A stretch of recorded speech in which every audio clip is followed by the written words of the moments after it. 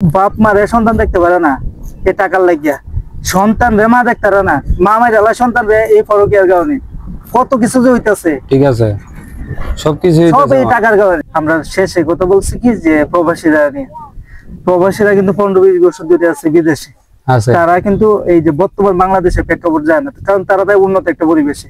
ঠিক আছে, গ্রাম বাংলার রাজনীতি কতটা যে খারাপ আর জঘন্য তারা কিন্তু জানে না, কারণ আগে একটা কালচার আছে না, এখন কালচার অন্যরকম, কালচার পাল্টে গেছে। এমন মানুষের বিশেষ কথা আদব কায়দা উঠে গেছে, নেশাগ্রস্ত মানুষের হার বেড়ে গেছে, পরকীয়া বেড়ে গেছে, সবকিছু বেড়ে গেছে। যেমন বিদেশিরা যারা প্রবাসী আছে তারা কিন্তু যা কামায় 100 ভাগের মধ্যে ধরো 95 ভাগে দেশে পাঠায় দেয়। এই যে পাঠায় দেয়, আসলে এই যে প্রবাসী স্ত্রীরা কি আসলে যে প্রবাসে আছে তার বাপ মারে দেখতেছে কিনা এটাও কিন্তু খবর নেয় না। স্ত্রীর উপর ভরসা করে পাঠায় দিতেছে টাকাটা, যে স্ত্রী সন্তান বাপ মা সবাই নিয়ে একসাথে থাকবে। আসলে কি তারা বাপ মা রেলওয়ে হ্যাঁ না স্ত্রী সন্তান তারাই তাহে?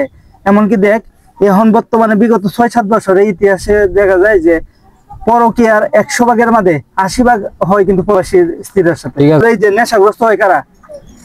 যে সন্তান গুলা না প্রবাসী না, যে সন্তান গুলা অডল টাকা পায়। কারণ বর্তমানে বাংলাদেশের প্রেক্ষাপটে অজস্র টাকা কামানো সম্ভব না, একমাত্র বাইরে থাকলে তোর টাকাটা ধরে রাখা যায়। এই টাকাটা যখন কষ্ট করে ফাটায়, এই যে স্ত্রী কিন্তু দুনিয়ার হালচাল বোঝে না, তারা কিন্তু এই যে সন্তানের হাতে তুলে দেয়, সন্তান ভালো খারাপ না বুঝে উল্টা পাল্লা যে আরামা চাই নিয়ে খরচ করে।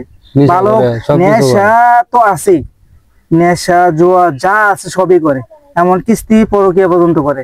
কারণ তারা আমাদের এই যে টাকা, তাদের ভিতরে একটা গরিমা আছে, গরিমাটা তো বড় কথা না, বড় কথা সবকিছু আছে। টাকা মানুষের হিতাহিত জ্ঞান নষ্ট করে দেয়। ভালো খারাপের যে একটা হিতাহিত জ্ঞান, কোনটা ভালো, এই যে কথার কথা একটা ভালো একটা খারাপ, এটা বুঝার মতন যে হিতাহিত জ্ঞান, এটা টাকা মানুষের ধ্বংস করে দেয়, বুঝার মতন ক্ষমতা নষ্ট করে দেয়। এই কারণে প্রবাসীরা উচিত কিন্তু যে টাকাটা দিলে সংসার চলে এই টাকাটা দেওয়া, আর বাকি টাকাটা তাদের নিজের কাছে রেখে দেওয়া। এতে করে কি হইব? এতে করে হইলো সন্তান আর যাই উল্টা পাল্টা পথে যাইতো না, আর প্রবাসী স্ত্রীরাও বাপ মারে দেওয়ার মতন একটা কথা। একজন ব্যক্তি হেরম দিতে গেলে 500 টাকা লাগবে, আর একটা ছেলে নেশা করতে গেলেও মানবিকে টাকা লাগবে, তার ভিতরে টাকা লাগবে। টাকাটা কিন্তু প্রবাসীরা পাঠাইতেছে, প্রবাসীরা আর দেশের হলে দেশের মানুষগুলা।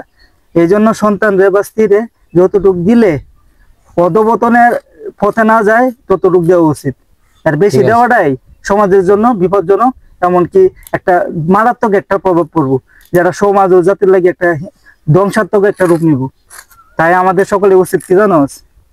আয় বুঝে বের করা, দিনের পথে জীবন চালানো, এছাড়া কোনো পথ নাই। এই ফেতনা বাসাতে এত একটা ভয়ঙ্কর রূপ নিছে, যেটা বাপ মা ভাই বোন আত্মীয় স্বজন সবকিছু থেকে বিচ্ছিন্ন করে দিছে মানুষে। বাপ মা রে সন্তান দেখতে পারে না এই টাকার লাগিয়া, সন্তান রে মা দেখতে পারে না, মা মায়ের সন্তান রে এই পরকীয়ার কারণে কত কিছু যে হইতাছে। ঠিক আছে, সবকিছু সব এই টাকার কারণে, সব এই টাকার কারণে হইতাছে। ঠিক আছে, তাই মাত্রার অতিরিক্ত টাকা কেউ দেওয়া ঠিক না। আর হলো ওজন বুঝছে, যে যতটুকু ওজন নিতে পারবো তারে ততটুকু দেওয়া উচিত, এর বাইরে দিলেই হিতে বিপরীত হইব। এই পার্শ্ব প্রতিক্রিয়ার প্রভাব যাতে সমাজে না ছড়ায়, তাই আমাদের সকলে খেয়াল রাখতে হবে।